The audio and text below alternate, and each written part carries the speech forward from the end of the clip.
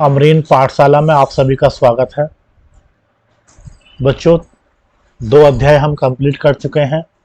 कक्षा 12 की जो हिस्ट्री किताब है पार्ट 1 के, और आज का हमारा जो है विषय 3 है, यानी कि चैप्टर 3। टॉपिक है बंधुत्व, जाति तथा वर्ग। यानी कि आरंभिक समाज 600 ईसा पूर्व से और 600 ईस्वी, यानी कि 1200 सालों का हम जो है कि ब्रदरहुड किस तरह का है, अच्छा जाति व्यवस्था कैसी है, वर्ग व्यवस्था कैसी है, मीन्स पूरा सामाजिक स्तर जो है किस तरह का है, इसका हम अध्ययन करेंगे।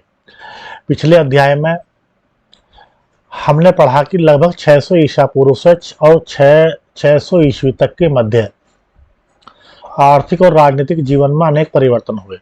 इनमें से कुछ परिवर्तनों ने समकालीन समाज पर अपना प्रभाव छोड़ा। उदाहरणतः वन क्षेत्रों में कृषि का विस्तार हुआ, जिससे वहां रहने वालों की जीवन शैली में परिवर्तन हुआ।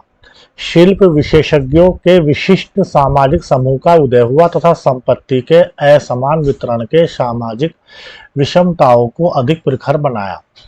इतिहासकार इन सब प्रक्रियाओं को समझने के लिए प्राय साहित्यिक परंपरा का उपयोग करते हैं।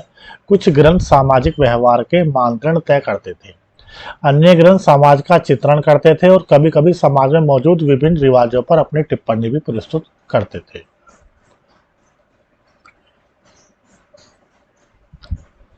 अभिलेखों से हमें समाज के कुछ ऐतिहासिक अभिनायकों की झलक मिलती है। हम देखेंगे कि प्रत्येक ग्रंथ और अभिलेख किसी समुदाय विशेष के दृष्टिकोण से लिखा जाता था।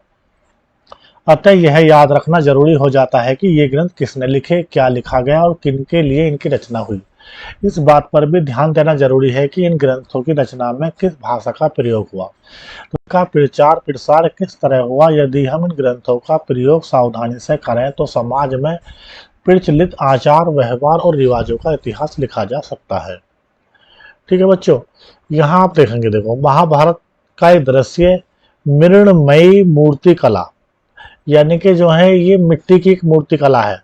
पश्चिम बंगाल लगभग 17वीं शताब्दी में ये महाभारत का एक दृश्य है, मृण्मयी मूर्ति कला, यानी कि मिट्टी की बनी हुई जो है मूर्ति कला है। देख रहे हैं बच्चों, यहाँ पर आप देखेंगे ये तीर लिए हुए हैं, अर्जुन है ये, देख रहे हो आप, तीर कमान है इनके हाथ में, और इधर जो है ये रथ है, सारथी इसको हाँक रहा है। ठीक है, पूरा फिगर जो है इसका महाभारत की पिक्चर का युद्ध का दिया गया है।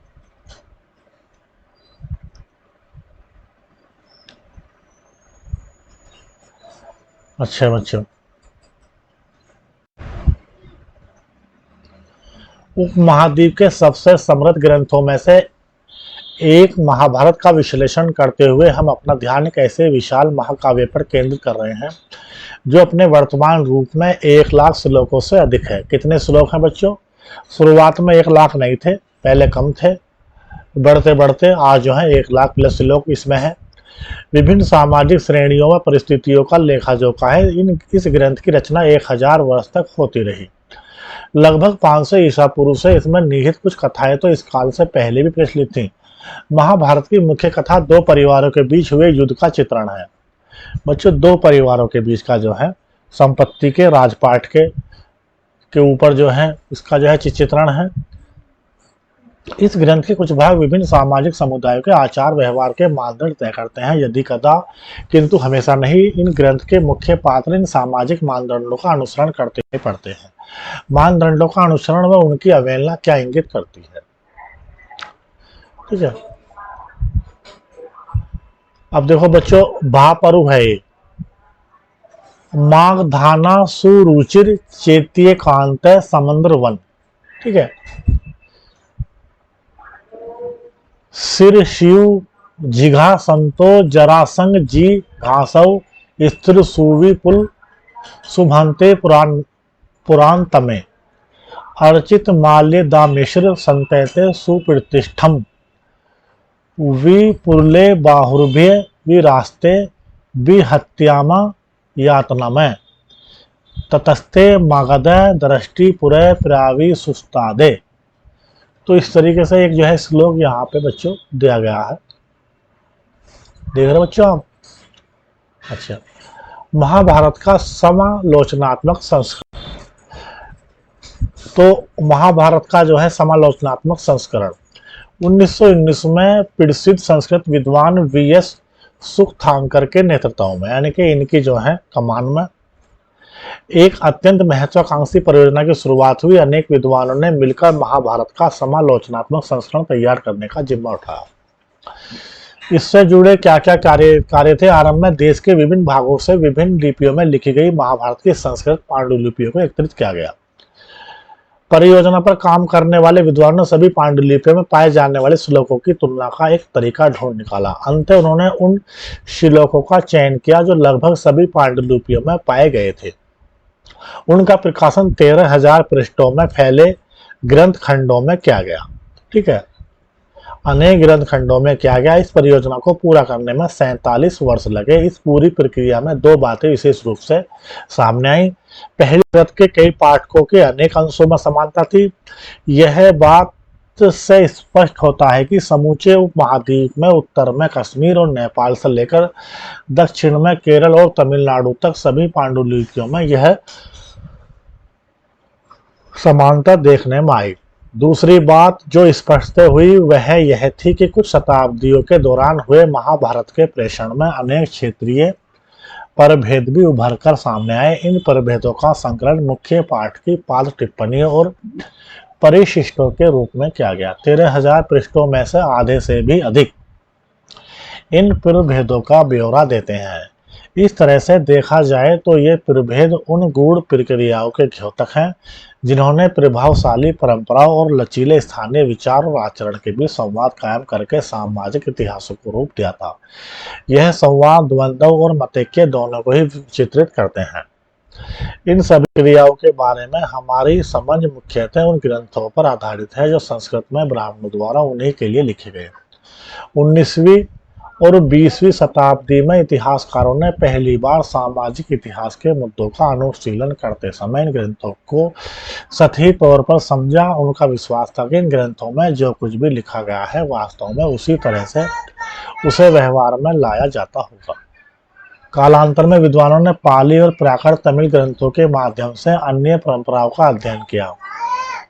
इन अध्ययनों से यह स्पष्ट हुआ कि आदर्श मूलक संस्कृत ग्रंथ आमतौर से आधिकारिक माने जाते थे, किंतु इन आदर्शों को प्रश्नवाचक दृष्टि से भी देखा जाता था और यदाकदा इनकी अवहेलना भी की जाती थी। जब हम इतिहासकारों द्वारा सामाजिक इतिहासों के पुनर्निर्माण की व्याख्या करते हैं तब हमें इस बात को ध्यान में रखना होगा। समालोचनात्मक संस्करण के एक पृष्ठ का अंश बड़े मोटे अक्षरों में प्रकाशित अंश मुख्य पाठ का हिस्सा है। छोटा मुद्रण विभिन्न पांडुलिपियों में पाए गए पाठ भेदों को दर्शाता है जिन्हें ध्यानपूर्वक तालिकाबद्ध किया गया था। बंधुता और विवाह, अनेक नियम और व्यवहार की विभिन्नता। ठीक है, तो बच्चों यहाँ पर जो है बंधन के ब्रदरहुड और जो है मैरिज सिस्टम किस तरीके से है उस 600 ईसा पूर्व से और जो है 600 ईस्वी तक अनेक नियम और व्यवहार की विभिन्नता किस तरीके से है इसका हम अध्ययन करेंगे।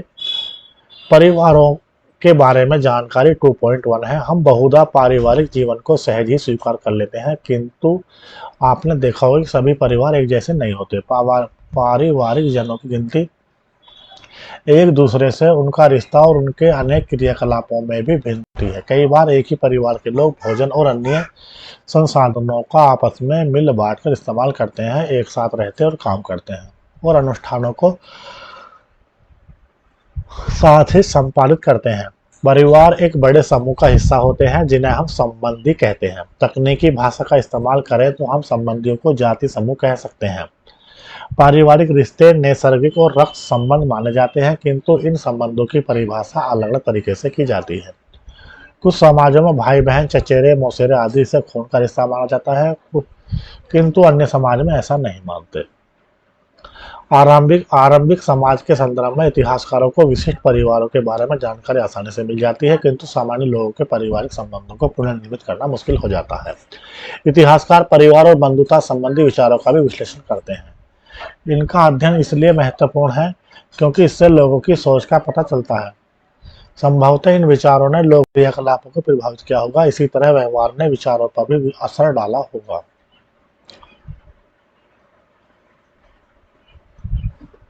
परिवार और बंधुता के लिए प्रयुक्त शब्द।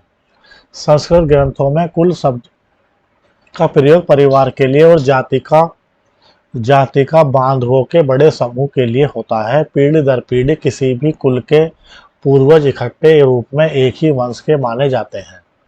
परिवार और बंधुता के लिए प्रयुक्त शब्द। संस्कृत ग्रंथों में कुल शब्द का प्रयोग परिवार के लिए और जाति का बांधवों के लिए समूह के लिए होता है। पीढ़ी दर पीढ़ी किसी भी कुल के पूर्वज इकट्ठे रूप में एक ही वंश के माने जाते हैं।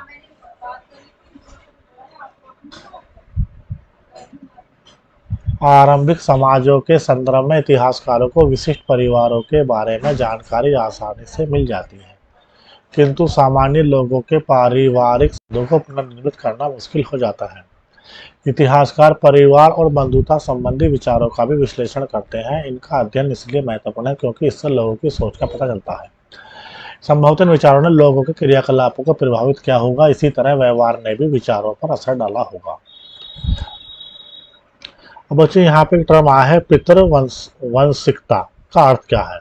वह वंश परंपरा जो पिता के पुत्र, फिर पौत्र, फिर प्रपौत्र यानी कि पोते, पहले तो मतलब लड़का उसका पुत्र, फिर उसका पोता, फिर पोते का भी लड़का, इस तरीके से पौत्र प्रपौत्र आदि से चलती है। मातृवंशिकता का शब्द इस्तेमाल हम तब करते हैं जब वंश परंपरा माँ से जुड़ी होती है। पितृवंशिक व्यवस्था के आदर्श। क्या हम उन बिंदुओं को निर्दिष्ट कर सकते हैं जब बंधुता के रिश्तों में परिवर्तन आया? एक स्तर पर महाभारत इसी की कहानी है। बांधवों के दो दलों कौरव और पांडव के बीच भूमि और सत्ता को लेकर हुए संघर्ष का चित्रण करती है। दोनों ही दल कुरु वंश से संबंधित थे, जिनका एक जनपद पर शासन था। यह संघर्ष एक युद्ध में परिणत हुआ जिसमें पांडव विजय हुए। इनके उपरांत पितृवंशिक उत्तराधिकार को उद्घोषित किया गया। हालांकि पितृवंशिकता महाकाव्य की रचना से पहले भी मौजूद थे।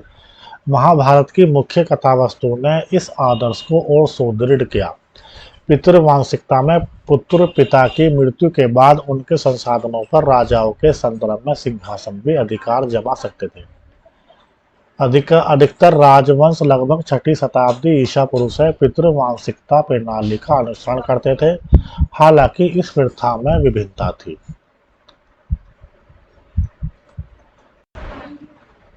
कभी पुत्र ने ना होने पर भी एक भाई दूसरे पर उत्तराधिकारी हो जाता था, तो कभी बंधु बांधव सिंहासन पर अपना अधिकार जमाते थे। कुछ विशिष्ट परिस्थितियों में स्त्रियां जैसे प्रभावती गुप्त सत्ता का उपभोग करती थी। समझ रहे बच्चों? पितृवंशिकता के प्रति झुकाव शासक परिवारों के लिए कोई अनूठी बात नहीं थी। ऋग्वेद जैसे कर्मकांडी ग्रंथ के मंत्रों से भी यह बात स्पष्ट होती है। यह संभव है कि धनी वर्ग के पुरुष और ब्राह्मण भी ऐसा ही दृष्टिकोण रखते थे। समझ रहे बच्चों? अब देखो बच्चों, ये मैप है कुरु पांचाल क्षेत्र और निकटवर्ती स्थान के बारे का एक मैप दिया गया है। बच्चों पता है आपको कुरु पांचाल क्षेत्र यानी कि ये जो है कुरु है, जो आपका दिल्ली एनसीआर का जो क्षेत्र है लगभग जो है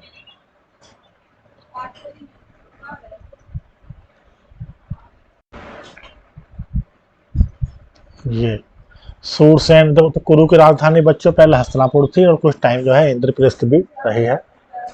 ठीक है, हस्तिनापुर और इंद्रप्रस्थ। इंद्रप्रस्थ जो है यमुना किनारे है बच्चों, हस्तिनापुर जो है ये गंगा किनारे है।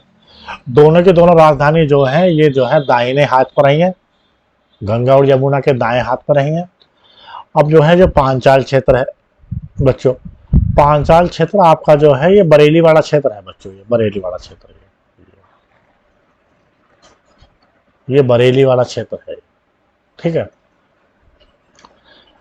तो ये सूरसेन है इसके पास में बच्चे। समझ रहे? ये मथुरा, इसकी राजधानी जो है मथुरा थी। एक ये मत्स्य हो गया, इसकी जो है विराट यानी कि जो हमारा राजस्थान में जयपुर का इलाका है। और ये कौशल है, कौशल की राजधानी बच्चों श्रावस्ती हो जाएगी। इसके बाद में मल है, मल की जो है भाई बच्चों जो है पावापुरी भी थी और कुशीनगर भी थी मलों की राजधानी। साक्य जो है ये कपिल वस्तु लुम्बिनी में है इनका ये क्षेत्र। और वस्त की बच्चों ये जो है कौशाम्बी में हो जाएगी, ठीक है, वस्त कौशाम्बी गंगा यमुना के बीच में है बच्चों ये, ठीक है, कौशाम्बी। सारनाथ वाराणसी ये दो शहर देखो यहाँ पे दिए गए हैं।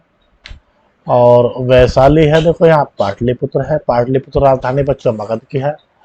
ये बोध गया है, महात्मा बुद्ध का जो है जहाँ पे इनको जो है ज्ञान की प्राप्ति हुई थी, बोध गया स्थान है। समझ रहे बच्चों। और ये जो है उज्जैनी यानी कि जो अवंती है उसकी राजधानी उज्जैनी है। महाकाल का प्राचीन मंदिर है बच्चों यहाँ पे, ठीक है।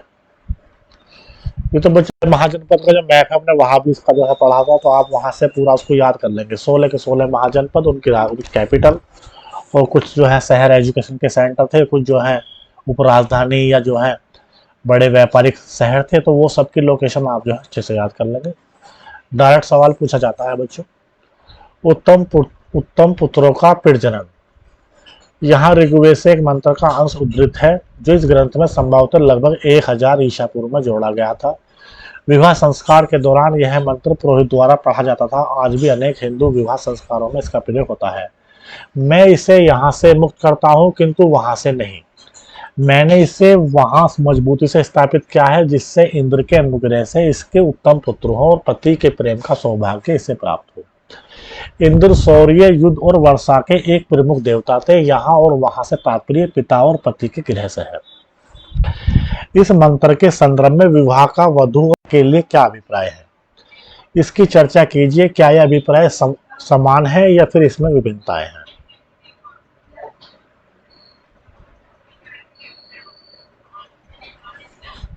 स्वजन के मध्य लड़ाई क्यों हुई। यह उद्धरण संस्कृत महाभारत के आदि पर्वन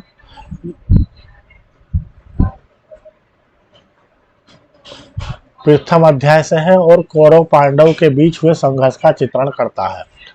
कौरव धृतराष्ट्र के पुत्र थे और पांडव उनके बांधव जन थे। चूंकि धृतराष्ट्र नेत्रहीन थे अतः उनके अनुज पांडु हस्तिनापुर के सिंहासन पर आसीन हुए। बच्चों ये जो है पांडव और धृतराष्ट्र ये दो भाई थे, तो बड़े जो हैं धृतराष्ट्र थे और छोटे हैं पांडव।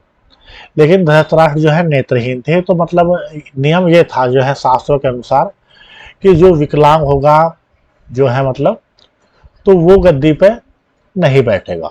ये जो है जो उनके अनुज पुत्र है छोटे पांडु, उनको हस्तिनापुर के सिंहासन पर बिठाया गया। लेकिन पांडु की जो है असामयिक यानी कि बिल्कुल जो है कल्पना भी नहीं की थी, असमय मृत्यु उनकी हो जाती है। इसके बाद फिर सिंहासन पर जो है धृतराष्ट्र को बिठाया जाता है। क्योंकि सभी राजकुमार जो है अल्प वयस्क थे, जैसे जैसे राजकुमार बड़े हुए हस्तिनापुर के नागरिक पांडवों के प्रति अपनी अभिरुचि व्यक्त करने लगे, क्योंकि वे कौरवों के मुकाबले में अधिक योग्य और सदाचारी थे।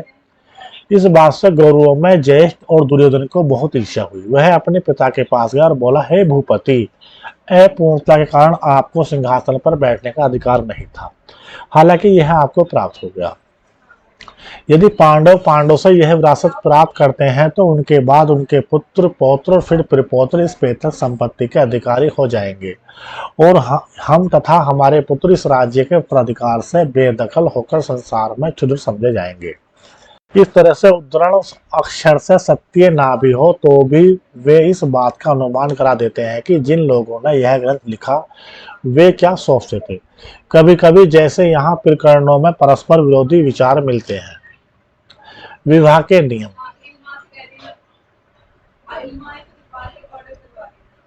विवाह के नियम जहाँ पितृवंश के आगे बढ़ाने के लिए पुत्र महा महत्वपूर्ण थे, वहां इस व्यवस्था में पुत्रियों को अलग से देखा जाता था। पैतृक संसाधनों पर उनका कोई अधिकार नहीं था। अपने गोत्र से बाहर उनका विवाह कर देना ही अपेक्षित था। इस प्रथा को बहिर् विवाह पद्धति कहते हैं और इसका तात्पर्य यहाँ यह था कि ऊंची प्रतिष्ठा वाले परिवारों की कम उम्र की कन्याओं और स्त्री का जीवन बहुत सावधानी से नियमित किया जाता था, जिससे उचित समय और उचित व्यक्ति से उनका विवाह किया जा सके। इसका प्रभाव यह हुआ कि कन्यादान अर्थात विवाह में कन्या की भेंट को पिता का महत्वपूर्ण धार्मिक कर्तव्य माना गया। नए नगरों के उद्भव से सामाजिक जीवन अधिक जटिल हुआ। यहाँ पर निकट और दूर से आकर लोग मिलते थे और वस्तुओं की खरीद फरोख्त के साथ ही इस नगरीय परिवेश में विचारों। विवाह के प्रकार। अंतर विवाह में वैवाहिक संबंध समूह के मध्य ही होते हैं। यह समूह एक गोत्र, कुल अथवा एक जाति या फिर एक ही स्थान पर बसने वालों का हो सकता है। बहिर्विवाह गोत्र से बाहर विवाह करने को कहते हैं। बहुपत्नी प्रथा एक पुरुष की अनेक पत्नियां होने की सामाजिक परिपाटी है। बहुपति प्रथा एक स्त्री के अनेक पति होने की पद्धति है।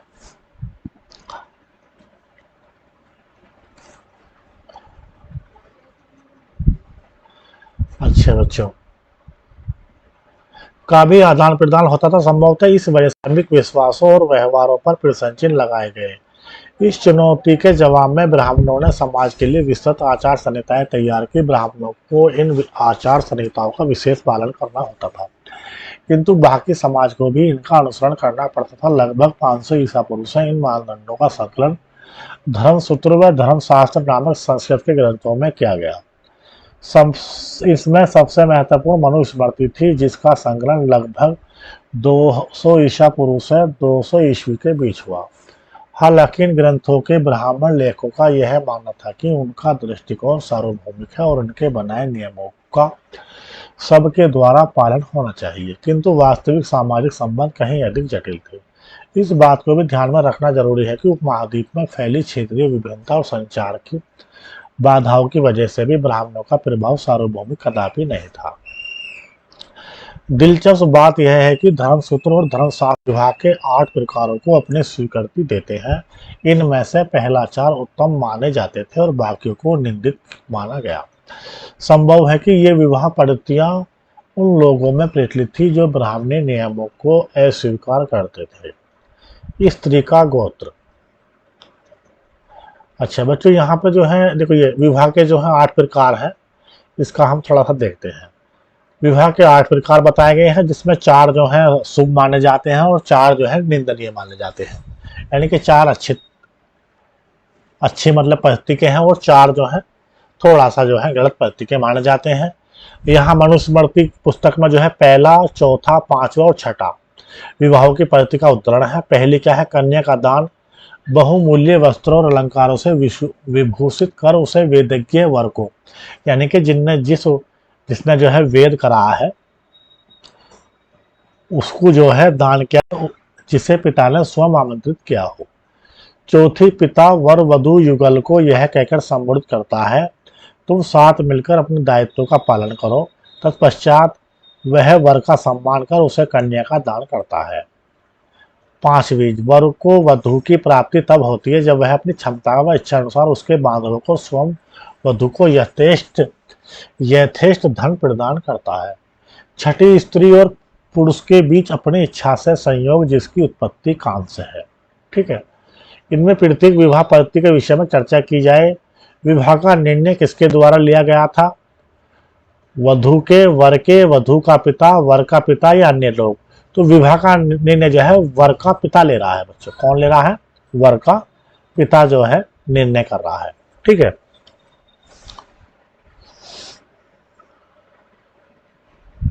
अब बच्चों यहाँ पर जो है स्त्री का गोत्र मतलब किस तरीके से थोड़ा सा हम पढ़ेंगे। 600 ईसा पूर्व से 600 ईस्वी तक क्या सामाजिक व्यवस्था है। एक ब्राह्मणीय पद्धति जो लगभग 1000 ईसा पूर्व के बाद से प्रचलन में आई, वह लोगों खास तौर से ब्राह्मणों को गोत्रों में वर्गीकृत करने की थी। प्रत्येक गोत्र एक वैदिक ऋषि के नाम पर होता था। उस गोत्र के सदस्य ऋषि के वंशज माने जाते थे। अच्छा जी, गोत्र के 2 नियम महत्वपूर्ण थे। विवाह के पश्चात स्त्रियों को पिता के स्थान पर पति के गोत्र का माना जाता था तथा एक ही गोत्र के सदस्य आपस में विवाह संबंध नहीं रख सकते थे।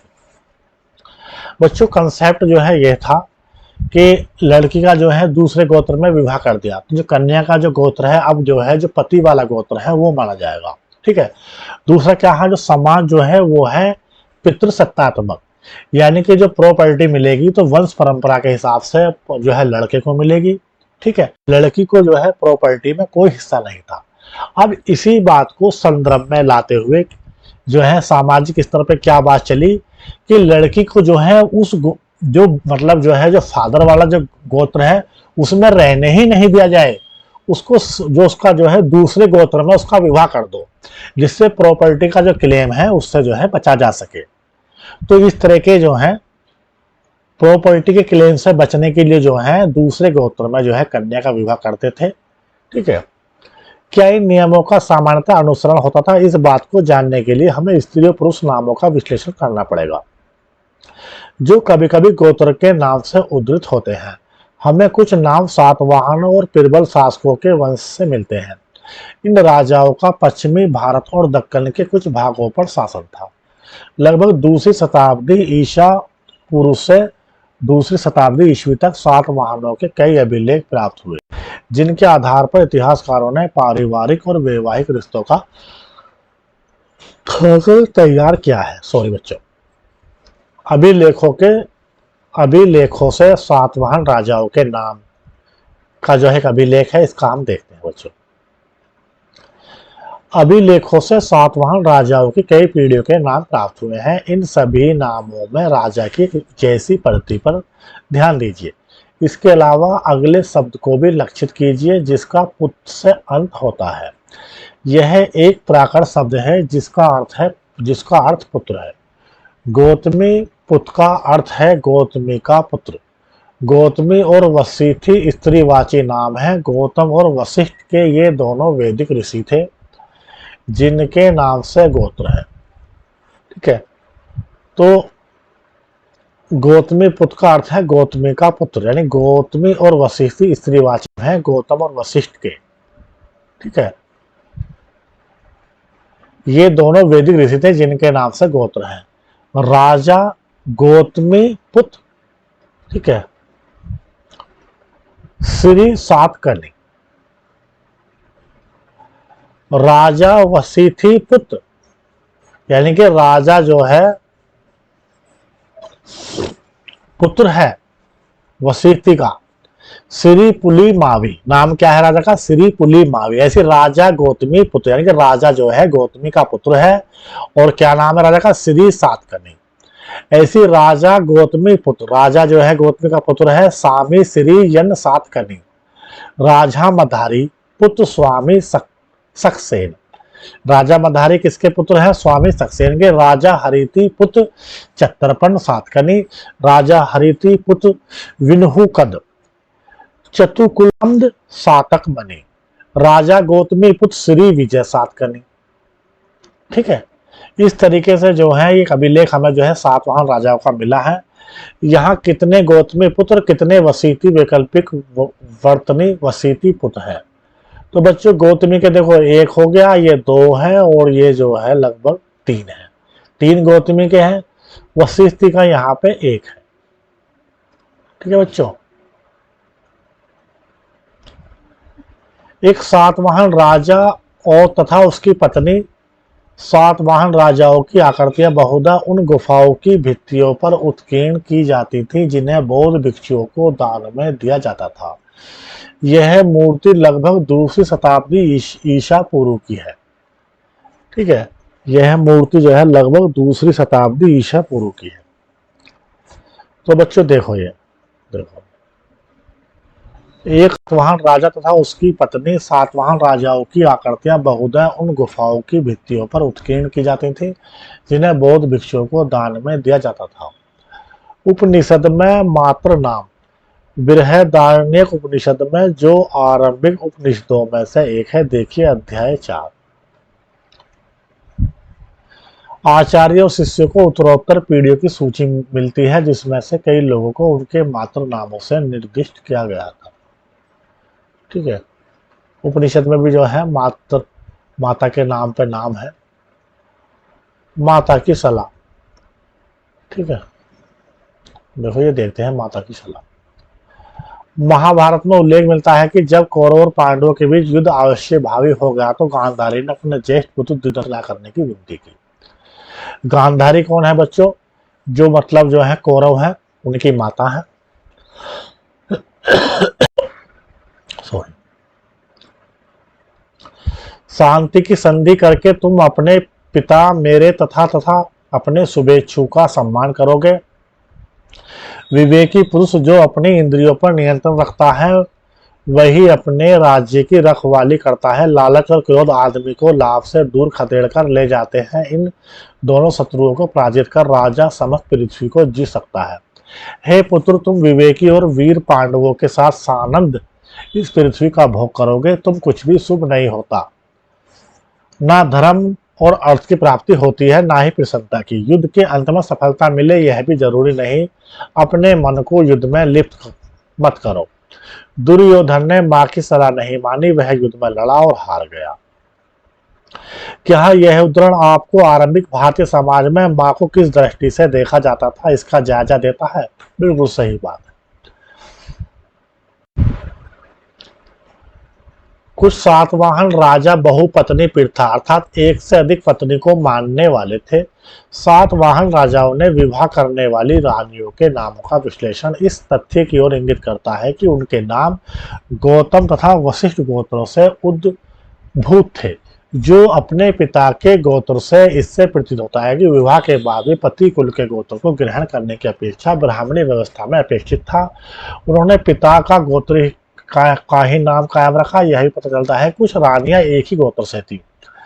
यह तथ्य बहिर्विवाह पद्धति के नियमों के विरुद्ध था। वस्तुतः यह उदाहरण एक वैकल्पिक प्रथा अंतर विवाह पद्धति अर्थात बांधवों में विवाह संबंधों को दर्शाता है, जिसका प्रचलन दक्षिण भारत के कई समुदायों में भी और बांधवों, ममेरे, चचेरे इत्यादि भाई बहन के साथ जोड़े गए विवाह संबंधों की वजह से एक सुसंगठित समुदाय कर पाता था।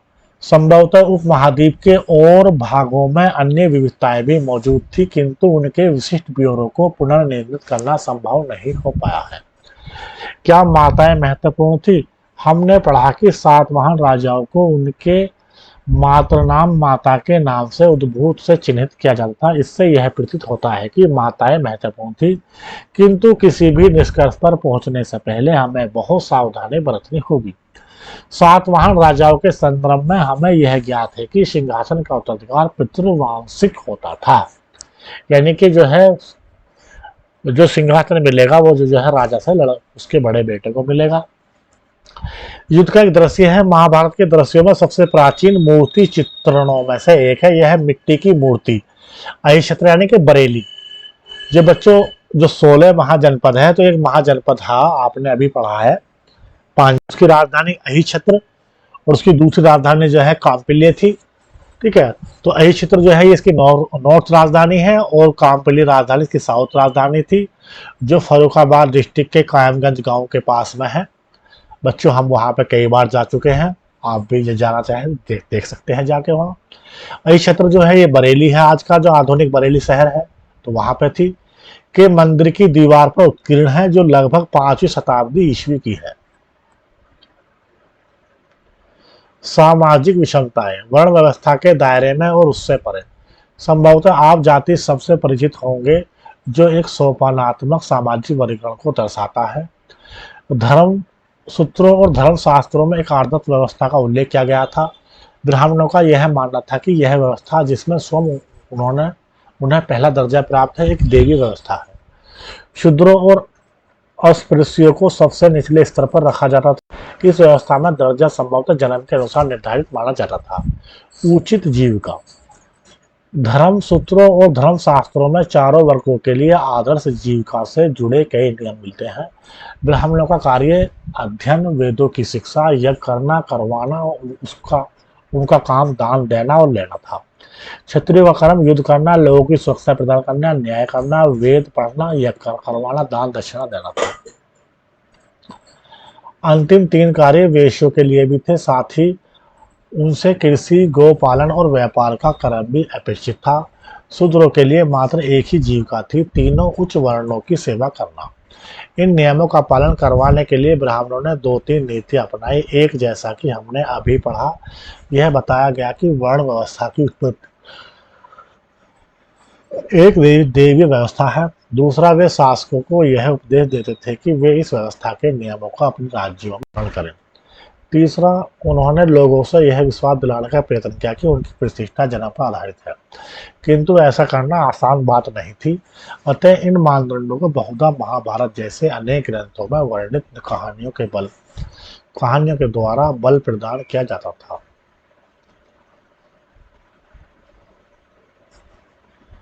एक दैवीय व्यवस्था अपनी मान्यता को प्रमाणित करने के लिए ब्राह्मण बहुधा ऋग्वेद के पुरुषोक्त मंत्र को उद्धृत करते थे, जो आदि मानव पुरुष की बलि का चित्रण करता है। जगत के सभी तत्व जिनमें चारों वर्ण शामिल है, इसी पुरुष के शरीर से उपजे थे।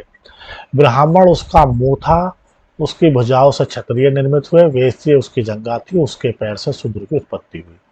आपको क्या लगता है कि ब्राह्मण इस सूक्त को बहुधा क्यों उद्धृत करते थे? ये बच्चों बहुत बड़ा डिबेट का विषय है। उचित सामाजिक कर्तव्य महाभारत के आदि पर्व के कहानी उद्धृत है। एक ब्राह्मण द्रोण के पास, जो कुरु वंश के राजकुमारों को धनुर्विद्या की शिक्षा देते थे। एकलव्य नामक वनवासी निषाद शिकारी समुदाय का आया। द्रोण ने जो धर्म समझते थे, उसे शिष्य के रूप में स्वीकार करने से मना कर दिया। एकलव्य ने वन में लौटकर मिट्टी की से द्रोण की प्रतिमा बनाई तथा उसे अपना गुरु मानकर वहां स्वयं ही तीर चलाने का अभ्यास करने लगा। समय के साथ वह तीर चलाने में सिद्धहस्त हो गया। एक दिन गुरु राजकुमार अपने कुत्तों के साथ जंगल में शिकार करते हुए एकलव्य के समीप पहुंच गए। कुत्ता काले मृग की चमड़ी के वस्त्र में लिपटे हुए निषाद को देखकर भौंकने लगा। क्रोधित होकर एकलव्य ने एक साथ 7 तीर चलाकर उसका मुंह बंद कर दिया। जब वह कुत्ता लौटा तो पांडव तीरंदाजी का यह अद्भुत दृश्य देखकर आश्चर्यचकित हो गए। उन्होंने एकलव्य को तलाशा और उसने स्वयं को द्रोण का शिष्य बताया। द्रोण ने अपने प्रिय शिष्य अर्जुन को एक बार कहा था कि वह उनके सभी शिष्यों में अद्वितीय तीरंदाज का। अर्जुन ने द्रोण को उनका यह प्रण याद दिलाया। द्रोण एकलव्य के पास गए, जिसने उन्हें अपना गुरु मानकर प्रणाम किया। तब द्रोण ने गुरु दक्षिणा के रूप में एकलव्य से उसके दाहिने हाथ का अंगूठा मांग लिया। एकलव्य ने फौरन गुरु को अपना अंगूठा काट कर दे दिया। जब एकलव्य तीर चलाने में उतना तेज नहीं रहा, वह द्रोण ने अर्जुन को दिए वचन का निभाया। कोई भी अर्जुन से बेहतर धनुर्धारी नहीं रहा। तो बच्चों समझो इस बात से, इस कहानी से क्या मतलब है, आज के युग पे भी इसका जो है क्या प्रभाव पड़ता है। इसी कहानी के द्वारा निषादों को कौन सा संदेश दिया जा रहा है, क्षत्रिय को इससे क्या संदेश मिला होगा? क्या आपको लगता है कि एक ब्राह्मण के रूप में द्रोण धर्म सूत्र का अनुसरण कर रहे थे जब वे धर्म विद्या की शिक्षा दे रहे थे? ठीक है बच्चों, क्षत्रिय राजा। शास्त्रों के अनुसार केवल क्षत्रिय ही राजा हो सकते थे, किंतु अनेक महत्वपूर्ण राजवंशों की उत्पत्ति वर्णों से भी हुई थी। मौर्य वंश, जिसने एक विशाल साम्राज्य पर शासन किया था, के उद्भव पर गर्मजोशी से बहस होती है। बाद के बौद्ध ग्रंथों में यह इंगित किया गया है कि वे क्षत्रिय थे, किंतु ब्राह्मणीय शास्त्र उन्हें निम्न कुल का मानते हैं। शुंग और कणव, जो मौर्यों के उत्तराधिकारी थे, ब्राह्मण थे। वस्तुतः राजनीतिक सत्ता का उपभोग कर वह व्यक्ति कर सकता था जो समर्थन और संसाधन जुटा सके। राजतव क्षत्रिय कुल में जन्म लेने पर शायद ही निर्भर करता था। अन्य शासकों को, जैसे शक को मध्य एशिया से भारत आए ब्राह्मण मलेच्छ, बर्बर अथवा अन्य देशीय मानते थे, किंतु संस्कृत के संभवतः आरंभिक अभिलेखों में से एक में प्रसिद्ध शक राजा रुद्रदामन 2वीं शताब्दी ईस्वी द्वारा सुदर्शन सरोवर के जीर्णोद्धार का वर्णन मिलता है। इससे यह ज्ञान होता है कि शक्तिशाली मलेच्छ संस्कृतीय परिपाटी थे। एक और दिलचस्प बात यह है कि सातवाहन कुल के सबसे प्रसिद्ध शासक गौतमी पुत्र श्री सातकर्णी ने स्वयं को अनूठा ब्राह्मण, साथ ही क्षत्रियों को दर्प का हनन करने वाला बताया है। उसने यह भी दावा किया है कि चारों वर्णों के बीच विवाह संभव होने पर उसने रोक लगाई, किंतु फिर भी रुद्रदामन के परिवार से उसने विवाह संबंध स्थापित किए। जैसा आप इस उदाहरण में देख सकते हैं कि जाति प्रथा के भीतर आत्मसात होना बहुधा एक जटिल सामाजिक प्रक्रिया थी। सातवाहन स्वयं को ब्राह्मण वर्ण का मान बताते थे, जबकि ब्राह्मणीय शास्त्र के अनुसार राजा को क्षत्रिय होना चाहिए। वे चतुर्वर्णी व्यवस्था की मर्यादा बनाए रखने का दावा करते थे, किंतु साथ ही उन लोगों से वे वैवाहिक संबंध भी स्थापित करते थे जो इस वर्ण व्यवस्था से ही बेहतर थे। जैसा हमने देखा वह अंतर्विवाह पद्धति का पालन करते थे, ना कि बहिर्विवाह प्रणाली का, जो ब्राह्मणीय ग्रंथों में प्रस्तावित है। जाति और सामाजिक गतिशीलता। बच्चों बच्चों शक शासक को चित्रित करता चांदी का एक सिक्का लगभग 4वीं शताब्दी ईस्वी का है। शक शासक है, देखो उनका इस तरफ फिगर दिया गया है, देखो इस तरीके से, और इस तरह जो है उनका जो है लिखा गया है। जाति और सामाजिक गतिशीलता। ये जटिलताएं समाज के वर्गीकरण के लिए शास्त्रों में प्रयुक्त एक और शब्द जाति से भी स्पष्ट होती है। ब्राह्मणी सिद्धांत में वर्ण की तरह जाति भी जन्म पर आधारित थी, किंतु वर्ण जहां मात्र 4 थे वहीं जातियों को कोई निश्चित संख्या नहीं थी। परंतु वस्तुतः जहां कहीं भी ब्राह्मणी व्यवस्था का नए समुदाय से आमना सामना हुआ, उदाहरणतः जंगल में रहने वाले निषाद या फिर व्यावसायिक वर्ग जैसे स्वर्णकार, जिन्हें 4 वर्णों वाली व्यवस्था में समाहित करना संभव नहीं था, उनका जाति में वर्गीकरण करते गया। वे जातियां जो एक ही का अथवा व्यवसाय से जुड़ी थी, उन्हें कभी कभी श्रेणियों में भी संगठित किया जाता था। हालांकि इन समुदाय के इतिहास का लेखा जोखा हमें कम ही प्राप्त होता है, किंतु कुछ अपवाद हैं, जैसे मंदसौर मध्य प्रदेश से मिला अभिलेख लगभग 5वीं शताब्दी ईस्वी, इसमें रेशम के बुनकरों की श्रेणी का वर्णन मिलता है, जो मूलतः लाट गुजरात प्रदेश के निवासी थे और वहां से मंदसौर चले गए थे, जिसे उस समय दसपुर के नाम से जाना जाता था। यह कठिन यात्रा उन्होंने अपने बच्चों और बांधवों के साथ संपन्न की। उन्होंने वहां के राजा की महानता के बारे में सुना था, अतः वे उसके राज्य में बसना चाहते थे। यह अभिलेख जटिल सामाजिक प्रक्रिया की झलक देता है तथा श्रेणियों के रूप में के विषय में अंतर्दृष्टि प्रदान करता है। हालांकि श्रेणी की सदस्यता स्लिप में विशेषज्ञता पर निर्भरता है। कुछ सदस्य अन्य जीव का भी अपना लेते थे। इस अभिलेख में यह भी ज्ञात होता है कि एक सदस्य एक व्यवसाय के अतिरिक्त और चीजों में भी सहभागी होते थे। सामूहिक रूप से उन्होंने शिल्प कर्म से अर्जित धन को सूर्य देवता के सम्मान में मंदिर बनवाने में खर्च किया। वणिकों की स्थिति। संस्कृत के ग्रंथ और अभिलेखों में व्यापारियों के लिए वणिक शब्द प्रयोग किया जाता था। हालांकि शास्त्रों में व्यापार के वेश्यों की जीविका बताया गया है। अन्य स्रोतों में अधिक जटिल परिस्थिति देखने को मिलती है, जैसे शूद्रकों नाटक मृच्छकटिकम लगभग 4वीं शताब्दी ईस्वी में नायक चारुदत्त को ब्राह्मण वणिक बताया गया है। 5वीं शताब्दी ईस्वी के अभिलेख में 2 भाइयों को क्षत्रिय वणिक कहा गया है, जिन्होंने एक मंदिर के निर्माण के लिए धन दिया था। क्षत्रिय वणिक। रेशम बुनकरों ने क्या किया। निम्नलिखित अंश संस्कृत के अभिलेख से उद्धृत है। कुछ लोगों को संगीत से अत्यंत प्रेम है, जो कानों को प्रिय होता है। अन्य को गर्व है कि सैकड़ों उत्तम जीवनियों के रचयिता होने का। इस तरह से अनेक कथाओं से परिचित हैं। अन्य विनीत भाव से उत्तम धार्मिक व्याख्यानों में तल्लीन है। कुछ लोग अपने धार्मिक अनुष्ठानों में श्रेष्ठ हैं। इसी तरह अपने पर निगाह रखने वाले वैदिक खगोल शास्त्र में पारंगत है। अन्य जन युद्ध करने में सूरवीर शत्रुओं का अनिष्ट करते हैं। क्या आपको लगता है कि रेशम के बुनकर उस जीविका का पालन कर रहे थे जो उनके लिए शास्त्रों ने तय की थी? चारों वर्णों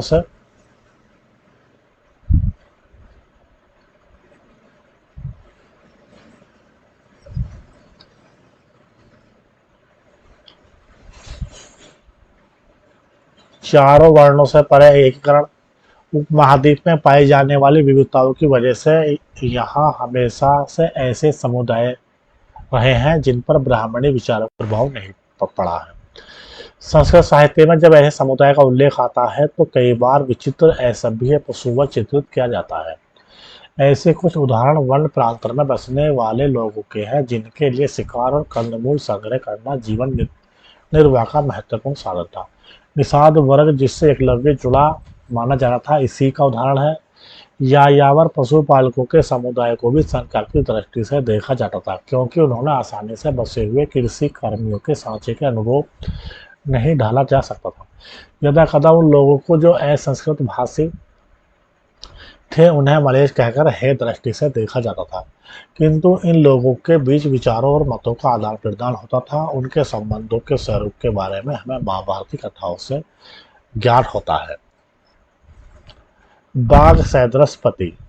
यह सारांश महाभारत के आदि पर्व से उद्धृत कहानी का है। पांडव गहन में चले गए थे, थककर वे सो गए। केवल द्वितीय पांडव भीम, जो अपने बल के लिए प्रसिद्ध थे, रखवाली करते रहे। एक नरभक्षी राक्षस को पांडवों की मानुष गण ने विचलित किया।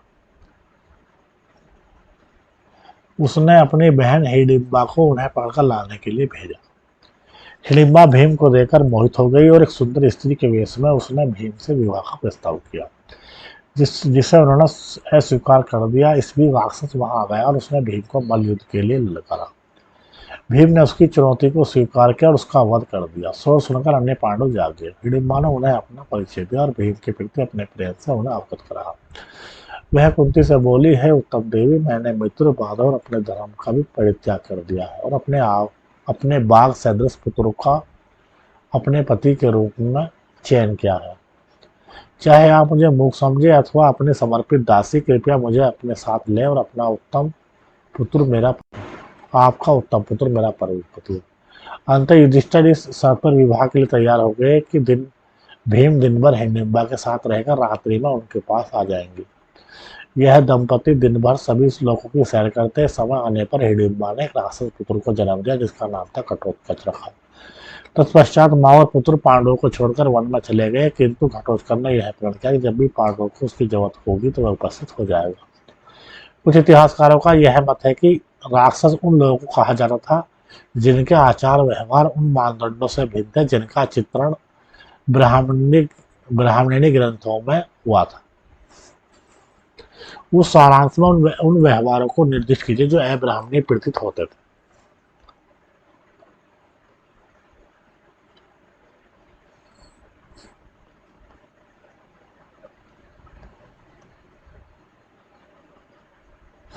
बच्चों यहाँ पे एक इम्पोर्टेंट बात आई है।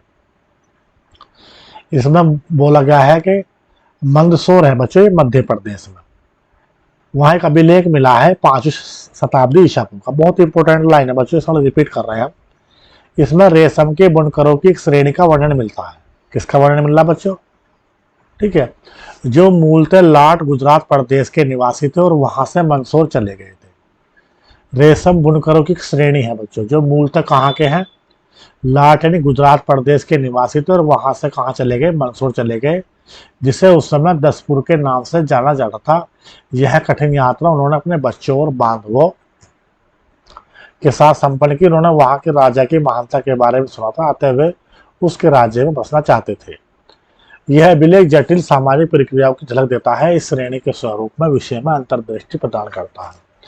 तो रेशम बुनकरों के बच्चों जो है वो है, सवाल आता है कि जो गुजरात लाट प्रदेश है और मध्य प्रदेश में जो प्रस्थान क्या है मंदसौर के लिए, तो वे जो लोग हैं वे किस श्रेणी के हैं, यानी कि क्या व्यवसाय करते हैं? तो क्या व्यवसाय करते हैं बच्चों?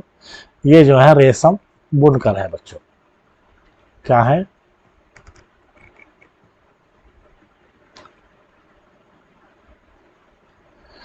चार वर्णों के परे एकीकरण। उपमहाद्वीप में पाई जाने वाली विविधताओं की वजह से यहाँ हमेशा से ऐसे समुदाय रहे हैं जिन पर ब्राह्मणी विचारों का कोई प्रभाव नहीं पड़ा है। संस्कृत साहित्य में ऐसे समुदाय का उल्लेख आता है जिन्हें कई बार विचित्र असभ्य पशुवत चित्रित किया जाता था। यानी कि जो ब्राह्मणी विचारधारा से प्रेरित नहीं है उन्हें जो है विचित्र असभ्य पशुवत जो है बोला जा रहा है। ऐसे कुछ उदाहरण वन्य प्रांतर में बसने वाले लोगों के हैं जिनके लिए शिकार, कंदमूल संग्रह करना जीवन निर्वाह का महत्वपूर्ण साधन था। निषाद वर्ग जिससे एकलव्य जुड़ा था इसी का उदाहरण है। यावर पशुपालकों के समुदाय को भी शंका की दृष्टि से देखा जाता था, क्योंकि उन्हें आसानी से बसे हुए कृषि कर्मियों के सांचे के अनुरूप नहीं ढाला जा सकता था। यदा कदा उन लोगों को असंस्कृत भाषी क्या बोला जा रहा बच्चों थे, उन्हें मलेच्छ कहकर हे दृष्टि से देखा जाता था, किंतु उन लोगों के बीच विचारों और मतों का आदान प्रदान होता था। उनके संबंधों के स्वरूप के बारे में हमें महाभारती कथाओं से ज्ञात होता है। समझ रहे बच्चों? चारों वर्णों से परे अधीनता और संघर्ष। ब्राह्मण कुछ लोगों को वर्ण व्यवस्था वाली सामाजिक प्रणाली के बाहर मानते थे। कुछ साथ ही उन्होंने समाज के कुछ वर्गों को अस्पृश्य घोषित कर सामाजिक वैषम्य को और अधिक प्रखर बनाया। ब्राह्मणों का यह मानना था कि कुछ कर्म खासतौर से जो अनुष्ठानों के से संपादन से जुड़े थे, पुनीत और पवित्र थे, अतः अपने को पवित्र मानने वाले लोग अस्पृश्य से भोजन नहीं स्वीकार करते थे। पवित्रता के इस पहलू के ठीक विपरीत कुछ कार्य ऐसे थे जिन्हें खास तौर से दूषित माना जाता था। शवों की अंत्येष्टि और मृत पशुओं को छूने वालों को चंडाल कहा जाता था। उन्हें वर्ण व्यवस्था वाले समाज में सबसे निम्न कोटि में रखा जाता था। वे लोग जो स्वयं को सामाजिक क्रम में सबसे ऊपर मानते थे, इन चंडालों का स्पर्श यहाँ तक कि उन्हें देखना भी अपवित्र कार्य मानते थे। मनुस्मृति में चंडालों के कर्तव्यों की सूची मिलती है। उन्हें गांव के बाहर रहना होता था। वे फेंके हुए बर्तनों का इस्तेमाल करते थे। मरे हुए लोगों के वस्त्र, लोहे के आभूषण पहनते थे। रात्रि में वे गांव और नगरों में चल फिर नहीं सकते थे। संबंधियों से विभिन्न मृतकों की उन्हें अंत्येष्टि करनी पड़ती थी तथा विधिक के रूप में भी कार्य करना था। चीन से आए बौद्ध भिक्षु फा शियन लगभग 5वीं शताब्दी ईस्वी का कहना है कि अस्पृश्यों को सड़क पर चलते हुए करताल बजाकर अपने होने की सूचना देनी पड़ती थी, जिससे अन्य जन उन्हें देखने के दोष से बच जाएं। एक और चीनी तीर्थयात्री स्वेन तसांग लगभग 7वीं शताब्दी ईस्वी कहता है कि वधिक और सफाई करने वालों को नगर से बाहर रहना पड़ता था। अब्राह्मणी नगर से बाहर रहना पड़ता था। ब्राह्मणी ग्रंथों में चित्रित चंडालों के जीवन का विश्लेषण करके इतिहास ने यह जानने का प्रयास किया है कि क्या चांडालों ने शास्त्रों में निर्धारित अपने हीन जीवन को स्वीकार कर लिया था। यदा कदा इन ग्रंथों के चित्रणों ब्राह्मणी ग्रंथों में हुए चित्रण में समानता है, परंतु कभी कभी हमें एक भिन्न सामाजिक वास्तविकता का भी संकेत मिलता है। बोधिसत्व एक चांडाल के रूप में। क्या चांडालों ने अपने को समाज की सबसे निचली श्रेणी में रखे जाने का प्रतिरोध किया? यह कहानी पढ़िए जो पाली में लिखी मातंग जातक से ली गई है। इस कथा में बोधिसत्व पूर्व जन्म में बुद्ध एक चांडाल के रूप में चित्रित है। एक बार बोधिसत्व ने बनारस नगर के बाहर एक चांडाल के पुत्र के रूप में जन्म लिया। उनका नाम मातंग था। एक दिन वे किसी कार्य नगर में गए। उनका मुलाकात दित्य मांगलिक नामक एक व्यापारी की पुत्री से हुई। उन्हें देखकर वह चिल्लाई, मैंने कुछ अशुभ देख लिया है। यह कहकर उसने अपनी आंखें धोई। उसके क्रोधित सेवकों ने मातंग की पिटाई की। विरोध में मातंग व्यापारी के घर के दरवाजे के बाहर जाकर लेट गए। 7वें रोज घर के लोगों ने बाहर आकर दित को उन्हें सौंप दिया। दित उपवास से क्षीण हुए मातंग को लेकर चंडाल बस्ती में आई। घर लौटने पर मातंग ने संसार त्यागने का निर्णय लिया। अलौकिक शक्ति हासिल करने के उपरांत वह बनारस लौटे और उन्हें दित से विवाह कर लिया। पांडव दिव्य कुमार नामक उनका एक पुत्र हुआ। बड़े होने पर उसने 3 वेदों का अध्ययन किया। प्रत्येक दिन वह 1000 ब्राह्मणों का भोजन कराता था। एक दिन फटे वस्त्र पहने, मिट्टी का भिक्षा पात्र हाथ में लिए मातंग अपने पुत्र के दरवाजे पर आए। उन्होंने भोजन मांगा। पांडव ने कहा कि वे एक पतित आदमी प्रतीत होते हैं, अतः भिक्षा के योग्य नहीं। भोजन ब्राह्मणों के लिए है। मातंग ने उत्तर दिया, जिन्हें अपने जन्म पर गर्व है पर अज्ञानी है, वे भेंट के पात्र नहीं है। इसके विपरीत जो लोग दोष मुक्त हैं वे भेंट के योग्य हैं। मांडव्य ने क्रोधित होकर अपने सेवकों से मातंग को घर के बाहर निकालने को कहा। मातंग आकाश में जाकर अदृश्य हो गए। जब दित मांगलिक को इस प्रसंग के बारे में पता चला तो वह माफी मांगने के लिए उसके पीछे आई। मातंग ने उससे कहा कि वह अपने भिक्षा पात्र में बचे हुए भोजन कुछ अंश मांडव तथा ब्राह्मणों को दे दे। इस कथा में उन तथ्यों की ओर इंगित कीजिए जिनसे यह ज्ञात हो कि वह मातंग के नजरिए से लिखे गए। ठीक है, इस प्रकरण में कौन से स्रोत है जिनसे यह ज्ञात होता है कि लोग ब्राह्मणों द्वारा बताई गई जीविका का अनुसरण करते थे, और कौन से स्रोत है जिनसे अलग संभावनाओं की जानकारी मिलती है? बच्चों यहाँ पर एक भिक्षु का चित्रण, पत्थर की मूर्ति, गांधार, लगभग जो है 3वीं शताब्दी ईस्वी की है।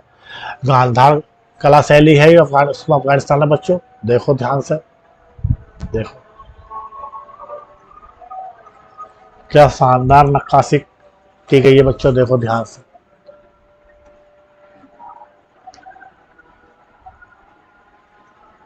ठीक है बच्चों आज हम जो है इतना ही लेंगे।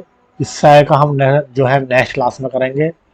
जिन बच्चों ने हमारे चैनल अमरीन पाठशाला को सब्सक्राइब नहीं किया है और अपने फ्रेंड्स, अपने सहपाठी क्लास के जो बच्चे हैं उन्हें नहीं पता है, तो जो है आएंगे, शेयर करेंगे, लाइक करेंगे और सब्सक्राइब करवाएंगे। धन्यवाद। Thank you.